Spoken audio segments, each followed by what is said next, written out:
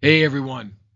Well, it's been a great day. Thank you for being a part of the summit. I hope you've enjoyed the speakers and got a tremendous amount of value. I've got my jacket off. I've got my shirt unbuttoned. Not my shirt, but my top button. I want to take you through a very relaxing but important session on how to create connection with your marketplace. So we're going to start by having me tell you a story. Now, you may have heard this story before. Hopefully you haven't, but I think it's going to make a very big impact for you. Now, it starts on a beautiful late spring afternoon 25 years ago. There were two young men who graduated from the same college. They didn't know each other, but they were very much alike. See, both of these two men had better than average, they were better than average students. They were personable. They both, as young college graduates are, were filled with ambitious dreams for the future. Recently, these two men returned to their college for their 25th reunion. They were still very much alike. Both were happily married. Both had three children. And both, it turned out, had gone to work for the same Midwestern manufacturing company after graduation. And they were still there. But there was a difference. One of the men was a manager of a small department of that company, and the other was the president. Now, have you ever wondered, like I have, what makes this kind of a difference in people's lives? Now, it isn't always a native intelligence or talent or dedication. It isn't that one person wants success and the other one doesn't. The difference lies in what each person knows and how he or she makes use of that knowledge. And that is why I'm writing to you and to people like you about the Wall Street Journal. For that is the whole purpose of the journal, to give its readers knowledge that they can use in business. All right, now I know what you're thinking. Wait a minute, Tony, I thought you were going to tell me a story. Now you come to the end of that, and what is this thing? That's why I'm writing to you about the Wall Street Journal. Well, the story I just told you is word for word from the introduction to a letter written by Martin Conroy, and it sold over $1 billion worth of the Wall Street Journal. Now, that's a ton of money for a few dollars a year for a subscription. All right. So think of the magnitude, the power of that story that I just read to you. Now, the story itself doesn't make a single claim about the Wall Street Journal. Okay, in fact, the letter never even claims that one man read the journal and the other one didn't. It's simply a story about how one man became the manager and the other one became the president. So the copywriting is very subtle here, all right? Now, I don't know if you noticed it, but it eliminates a major objection early on without even revealing that it's selling to you. And it's this sentence: it isn't always a native intelligence or talent or dedication. It isn't that one person wants success and the other one doesn't. You see, the implication there is that the person you're jealous of, who is more successful than you, isn't smarter than you. They're not more talented or more dedicated than you. They don't even want success more than you. And the letter doesn't even use the word you, right? Instead, it's all about these two men. It's presenting a story that the audience inserts themselves into. It switches to a statement that most people will immediately agree with. The difference lies in what each person knows and how he or she makes use of that knowledge, right? Most of us would agree with that. It's a statement that makes complete sense.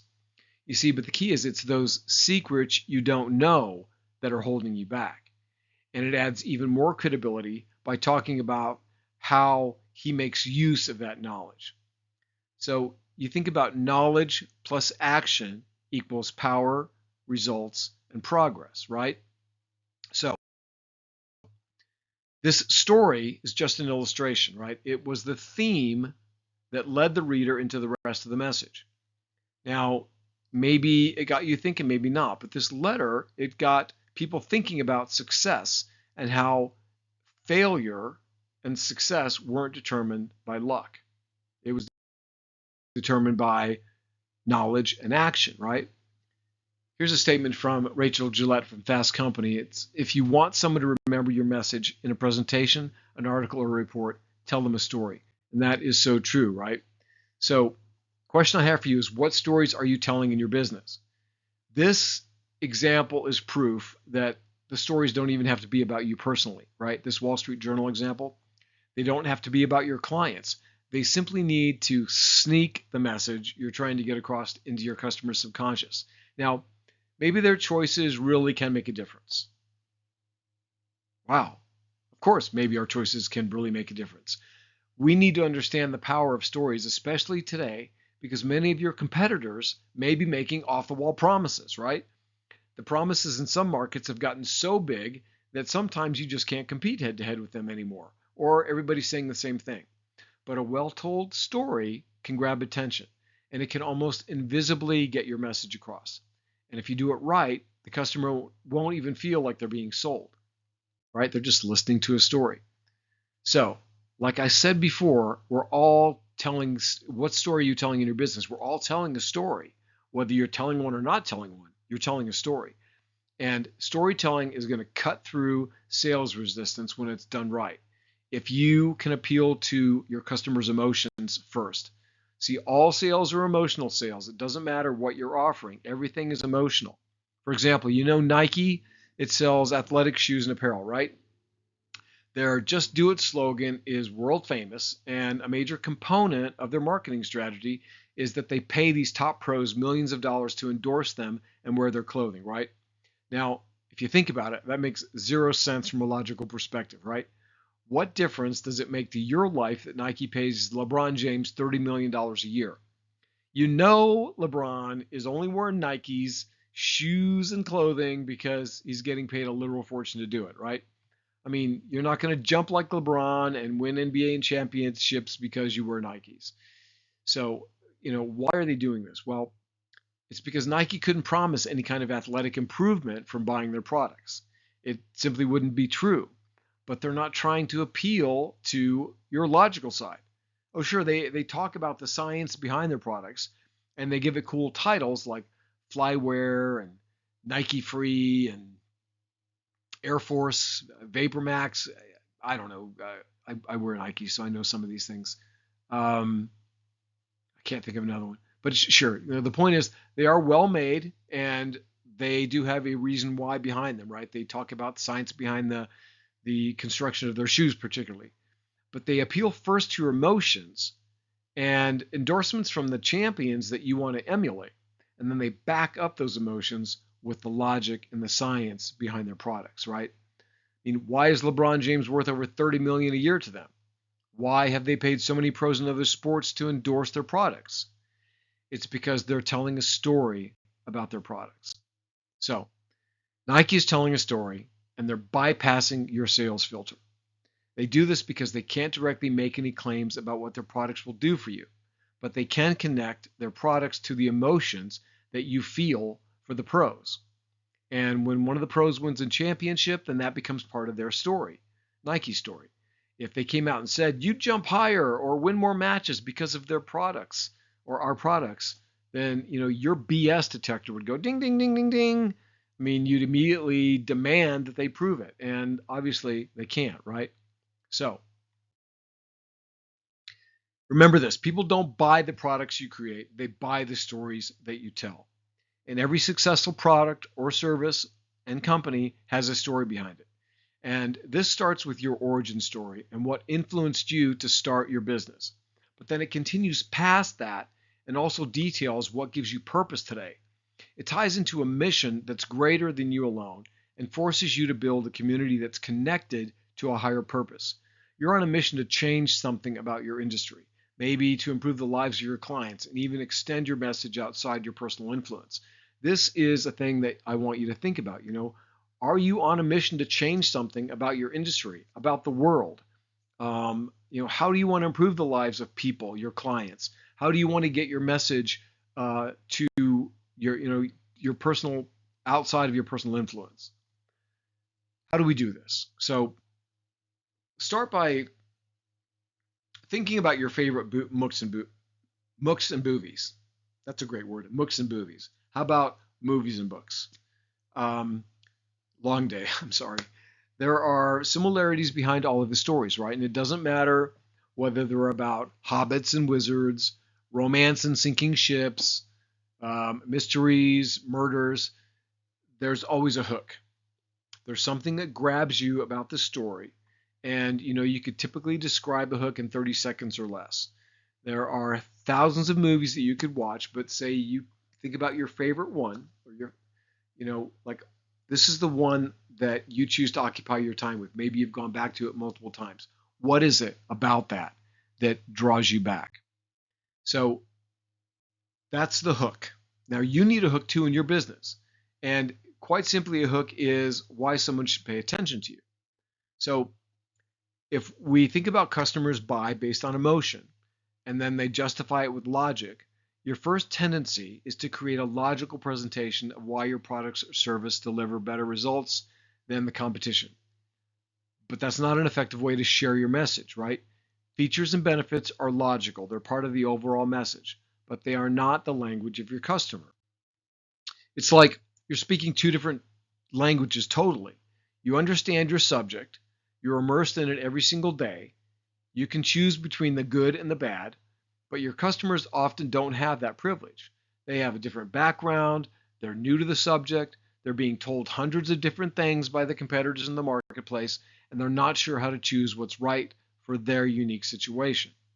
So, what do you have to do? No, you you have to tell them, your story. It's about simplicity. It's about engagement. It's about automation. Well, maybe not necessarily automation. It depends what you're offering. If you, we talked an awful lot about AI today, and of course, and a lot of what AI can do is automation. But maybe it's about return on investment. Maybe it's about elimination of pain. Nike is telling a story about becoming a champion. Apple is telling a story about creativity and innovation. What is your business story? Disney, used to tell stories of entertainment and magic. Now they're into all kinds of wacky things. But I want you to open your eyes to the message hidden behind the ads and the commercials. And what story are they telling? So, um, there's Joseph Campbell created something called the hero's journey. And after he did this, after studying the myths and legends of many cultures, it's a metaphor for the inner transformation that even heroic characters go through. Now, this includes you. So, if you're going to become a hero to your audience, and you are, and you can be, then they're going to identify with you, and you simply need to demonstrate the journey that you went through.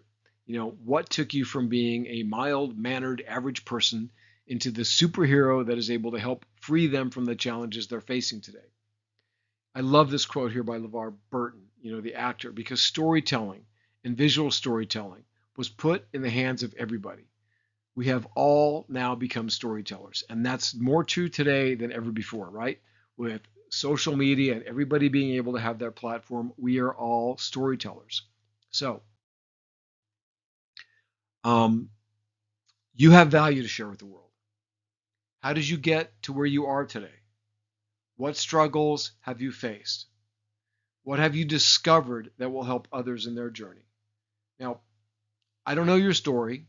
I don't know all the twists and turns which might be in it, but I'm going to give you a model to follow that can be used to create what's called your hero's journey. All right. Now, the way you get it is you simply click the button underneath this video and you download the PDF guide that I've created for you. And you work through that and you create your own hero's story. Now, you may be thinking, all right, Tony, like I don't have some kind of a crazy story. Look, I understand that. So maybe you got into business because you just couldn't stand working for somebody else, and you thought, if I go into my own business, I'm going to make more money, I'm going to have the freedom that I want, and you picked a business that you just thought would be lucrative. All right, maybe that's your story. There's nothing wrong with that story. But if you have the right framework, if you look through the hero's journey, you can actually turn that story into something that's more compelling. And I'll give you an example, right? So you're going to college, you can't stand it, you're working a job in retail, and your boss is just, a pill, right? Always on your back about something. You can't stand the hours. You don't get the days off that you want. And you're, watching something on social media and you see people making t-shirts and they're selling t-shirts and you think, God, how tough can that be? You know, I'm going to go make t-shirts. I mean, I'm already in retail. I already know what it's like to sell people clothing and stuff. So you decide you're going to go sell t-shirts. Now, you don't just immediately go out and start selling t-shirts. There's the whole process, right? You got to figure out designs. You may have come up with something, thought that it worked great. It didn't work great. So you failed. You ordered a whole bunch of t-shirts and they didn't sell. If you continue going in your business, you've got things that have happened to you, and this is all part of your story, right? So let's say that you have a successful t-shirt business, or at least something that's making you a little bit of money, and you want to use this story to help promote it. Your story there is my company is it stands for every single person that wants to create their own freedom. And that can be in anything. It could be in your work. It can be in how you share your voice with the world. It can be how you make choices around the people that you congregate around. We all have our way of standing for what we believe in. And that's why ABC T-shirt company exists. And this is my story, right? So that could be very polished. It was super raw, just off the top of my tired head after a long day. But I hope you see the example. So what I want you to do is just download the guide that I've created for you. And I want you to take some time to go through it. Not tonight. Give yourself time to digest everything that you've watched today. And if you're VIP, you're going to go back and see some of the recordings. Maybe you're watching this for the first time. It's okay. But this guide that I've created for you is going to help you ongoing for many, many years. And you can use it over and over again to create different versions of your hero story. And if you want to give me some feedback about this talk, about the summit so far, anything that you've learned and enjoyed, then please just scan this QR code or go to the URL right there and then enter the code HERO when you're prompted. And I'd love to hear your feedback. So, all right. Thank you so much for being here. Thank you for your attention and your focus to this summit. And I look forward to connecting with you again real soon. All right. Have a great evening.